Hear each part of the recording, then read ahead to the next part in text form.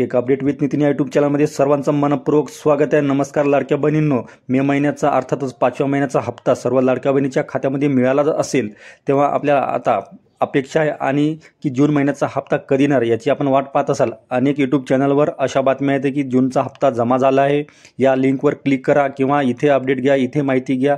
सध्या तरी या संदर्भामध्ये काय कुठली मोठी अपडेट कुठली बातमी आहे त्या संदर्भामध्ये हा व्हिडिओ आहे, आवड शेवटपर्यंत नक्की बघा। चॅनलवर नवीन असेल तर सबस्क्राइब करायला विसरू नका। तर लाडक्या बहिणींनो, मे महिन्याचा जो हप्ता होता तो यायला थोडा उशीर झाला। सर्वात आधी तर आम्ही सर्व दर्शकांना हे सांगू इच्छितो की मे आणि जूनचा हप्ता आम्ही सांगितलं होतं की येणार आहे, या संदर्भामध्ये आम्ही व्हिडिओसुद्धा टाकला होता। परंतु त्या संदर्भाबद्दल जी काही माहिती आली होती त्यानुसारच आम्ही तो व्हिडिओ बनवला होता। परंतु मे आणि जूनचा हप्ता एकत्रित येणार असे जाहीरपणे सांगितलं असताना सुद्धा केवळ आणि केवळ मे महिन्याचेच पैसे इथं आले आहे। आता अपेक्षा आहे आणि की लाडक्या बहिणींना जूनचा जो रखडलेला हप्ता आहे तो कधी येणार, 12वा हप्ता। आता जो येणारा हप्ता आहे हा 12वा हप्ता राहणार आहे आणि या हप्त्याची वाट इथं लाडक्या बहिणी पाहत आहे। अनेक यूट्यूब चॅनलवर अशा बातम्या येत आहे की आता 12व्या हप्त्याचे पैसे जमा होणार आहे, 12व्या हप्त्याचे पैसे जमा झाले आहे, या लिंकवर क्लिक करा, हे त्वरित कामे करा किंवा असं काही अपडेट इथं नाही आहे।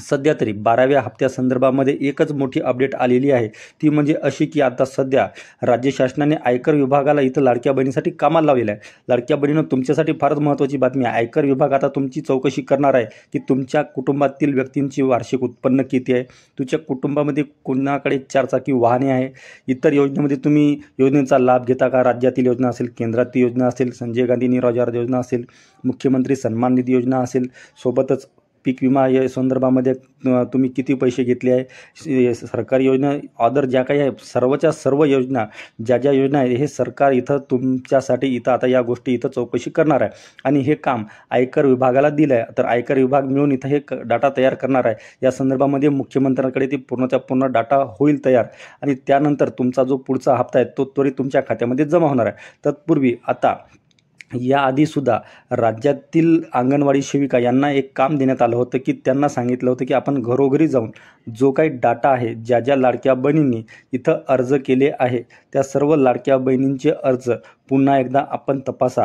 यामध्ये त्यांचं वार्षिक उत्पन्न असतील, एका कुटुंबामध्ये 1 किंवा 2 लाभार्थी आहे का किंवा त्यापेक्षा जास्त लाभार्थी आहे का, हे घरोघरी जाऊन गावोगावी जो काही डाटा आहे तो जशास तसा डाटा अंगणवाडी सेविकेने इथं सादर केलेला आहे। यानंतरचं मोठं पाऊल आता राज्य शासनानं असं घेतलं आहे की लाडक्या बहिणींना आम्ही कर्ज म्हणून सुद्धा 25,000 रुपये देऊ।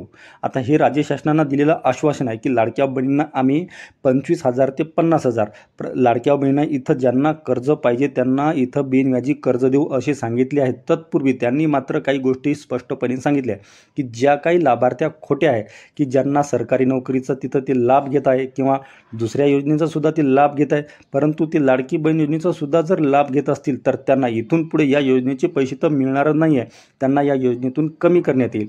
यानंतर ज्या काही उर्वरित लाडक्या बहिणी असतील जे खरोखर ज्यांना या हप्त्याची गरज आहे, या पैशाची गरज आहे, या योजनेची गरज आहे, अशा लाभार्थ्यांना इथून पुढे या योजनेचा इथंच लाभ होणार आहे आणि तेच पात्र असणार आहे।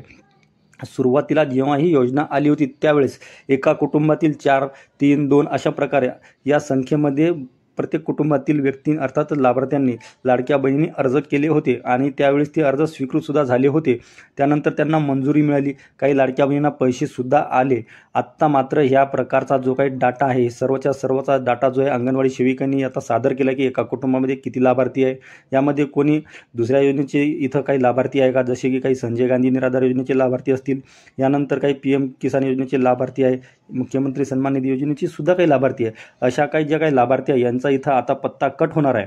आणि सर्वात महत्त्वाची बातमी, अशा काही लाडक्या बहिणी ज्यांना आतापर्यंत एकही हप्ता मिळाला नाही तर त्यांच्यासाठी तर फार महत्त्वाची बातमी आहे। जर आतापर्यंत आपल्याला एकही हप्ता मिळाला नसेल तर इथून पुढेही आपल्याला हप्ता मिळेलच का याची सुद्धा गॅरंटी आम्ही देऊ शकत नाही आणि सरकार सुद्धा सांगत आहे की त्यांच्या फॉर्ममध्ये काही अडचणी असतील किंवा त्यांच्या उत्पन्नाचा काही प्रॉब्लेम असेल तर ही होती 12व्या हप्त्यासंदर्भात माहिती।